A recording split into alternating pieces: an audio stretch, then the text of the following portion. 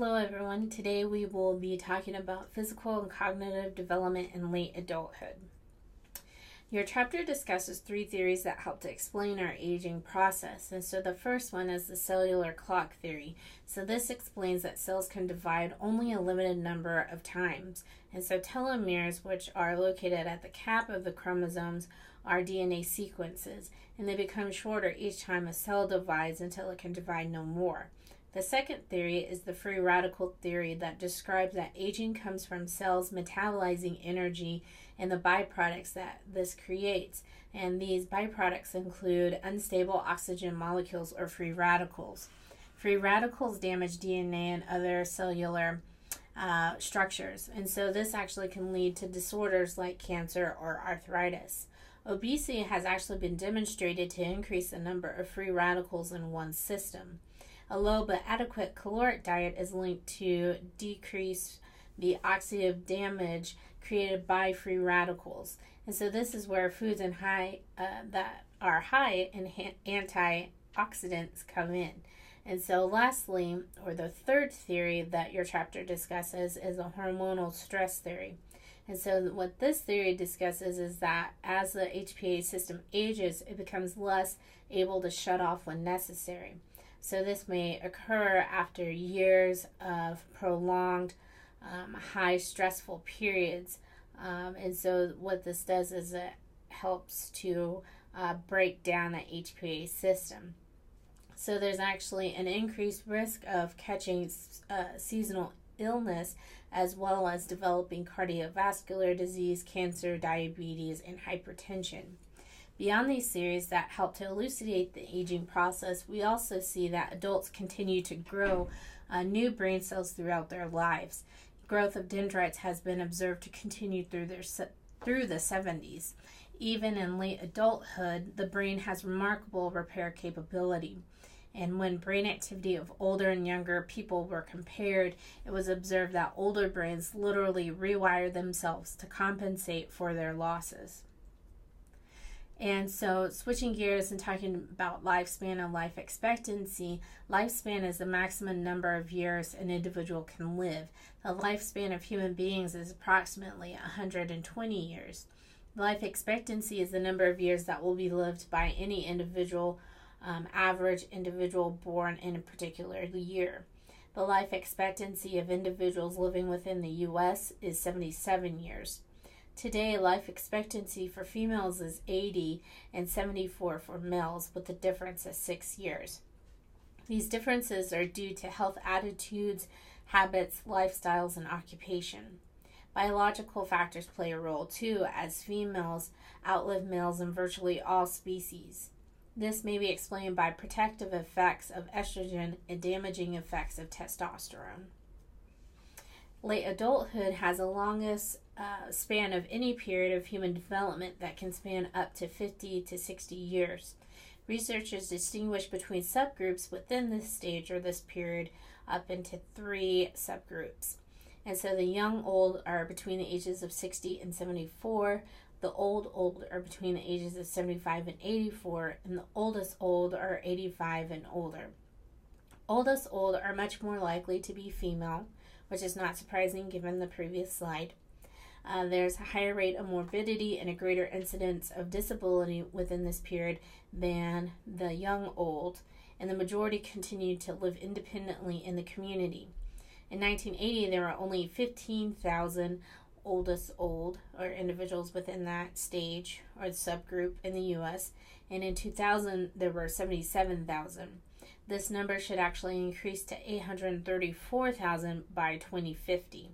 So research reveals that many centenarians are quite healthy in their old age, and they're a robust group, as many have had difficult lives when they were younger, given our U.S. history and also societal changes.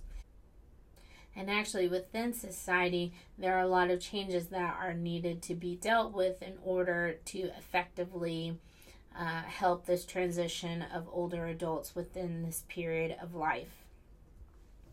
And in terms of vision, any decline in vision that began in early or middle adulthood becomes more pronounced within this period.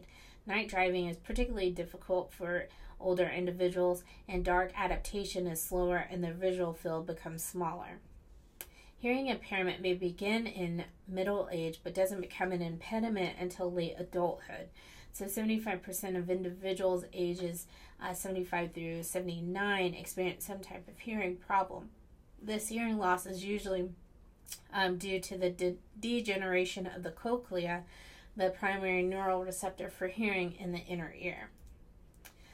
Most older adults lose some of their sense of smell, taste, or both, and smell and taste loss often begins around 60 years of age. Many older adults often prefer highly seasoned foods to compensate for their diminished senses. Older adults who smoke or have smoked have more pronounced loss of smell and taste. In a study of older individuals, almost 30% had participated in sexual activity in the past month. In the absence of disease, sexuality can be lifelong, though aging does introduce some changes. For example, for individuals between the ages of 65 and 80, approximately 1 out of 4 men had a serious problem with getting or keeping an erection. Actually, in terms of overall health, a lack of history with cardiovascular disease, a healthy weight, and moderate exercise actually leads to less of a chance of erectile dysfunction within this stage.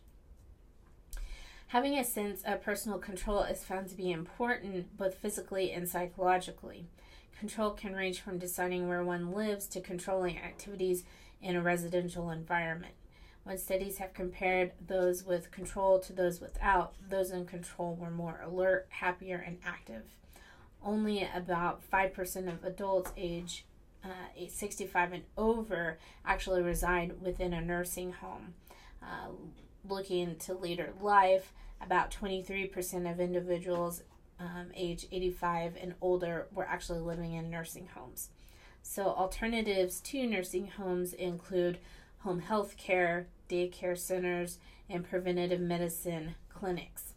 They are cheaper and less likely to engender feelings of depersonalization and dependency of older adults.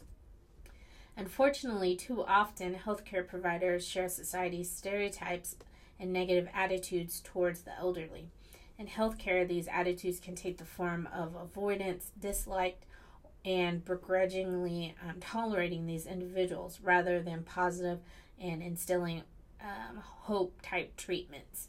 Related to this, or even because of this, it's probably more of a reciprocal relationship. Older patients tend to take a less active role in medical encounters with healthcare providers. Older adults are healthier and happier the more active they are. In a study of over 10,000 men and women, sedentary participants were twice as more likely to die during the 8-year study as moderately fit participants. And gerontologists actually recommend strength training as well. And now switching gears to cognitive development within late adulthood. This is more of just a carry-on of some of the factors that we've been discussing already within this presentation. So the speed of processing information actually declines in late adulthood. So there is, however, considerable individual variation in this ability. It's not clear that this slowdown actually affects our lives in substantial ways. Studies indicate we may engage in compensatory behaviors so as to not be hindered by this slowdown or this decline. So we'll discuss these behaviors next.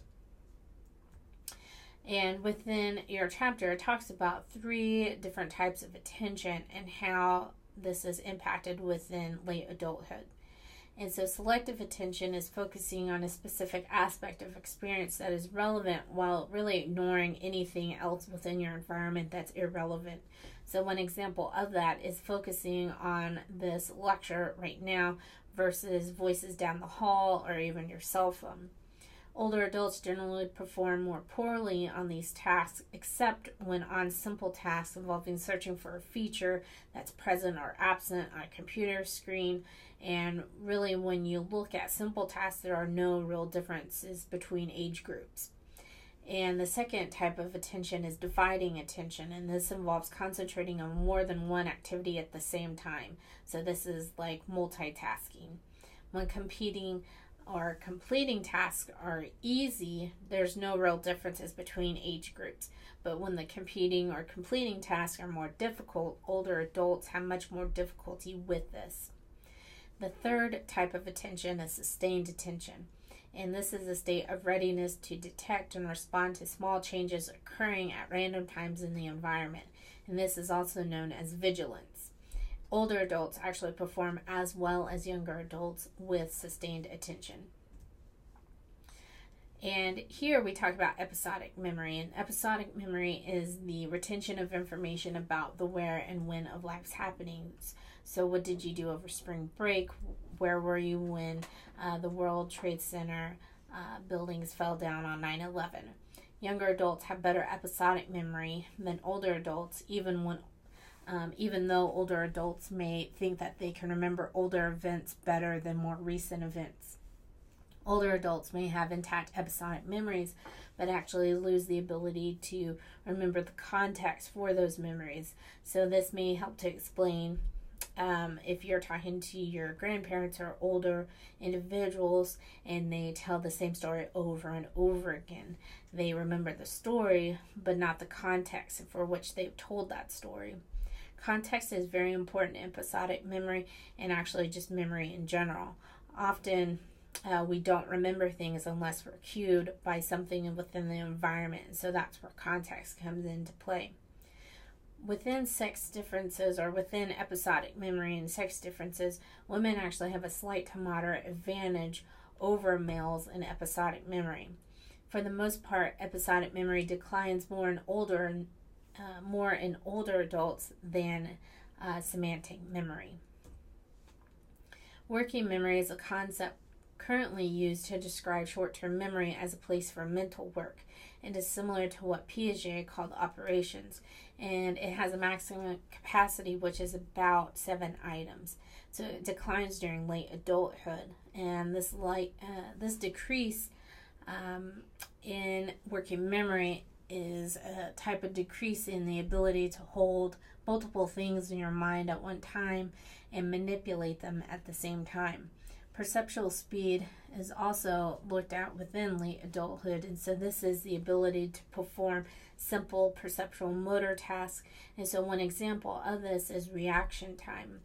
And what we see is that we have a considerable decline in late adulthood, and this is actually strongly linked with a decline in working memory.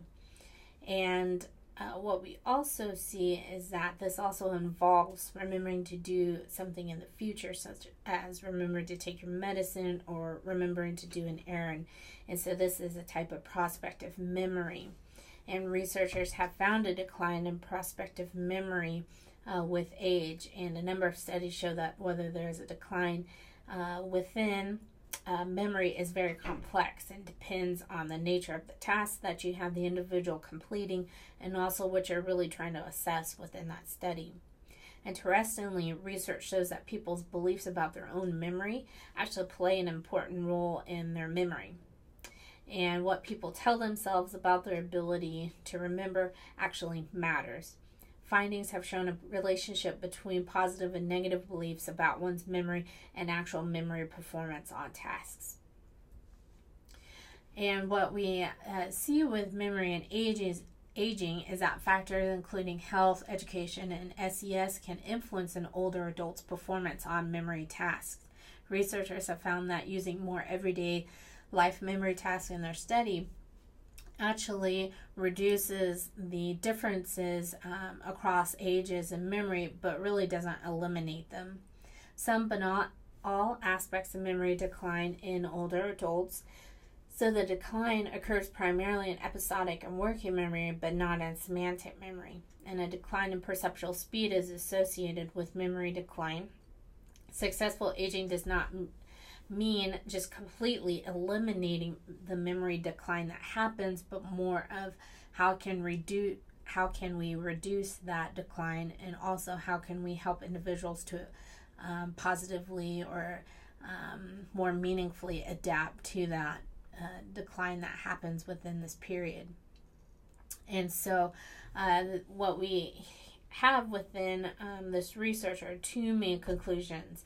And so there's plasticity and training that can improve the cognitive skills of many adult clients. There's also some loss in plasticity in late adulthood. Mnemonics or mental shortcuts can be used to improve older adults' cognitive skills, and a recent study demonstrated that cognitive training helped to remedy cognitive decline in elderly adults and enhance the performance of individuals who were not showing any decline.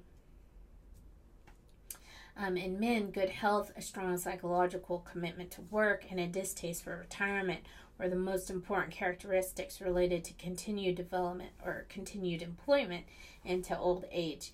An increasing number of middle-aged and older adults are embarking on a second or third career. Working affords opportunities for productive activities, social interaction, and a positive identity for the individual. Cognitive ability is one of the best predictors of job performance in the elderly. In a recent study, 80% of baby boomers said that they expect to work during their retirement years. This is primarily due to their desire to work for interest or enjoyment, followed by income and the desire to start a business. In 1986, Congress voted to ban mandatory retirement for all but a few occupations. This enables older workers to decide on their own when they want to retire rather than being forced into retirement. And so this wraps up the physical and cognitive development within late adulthood.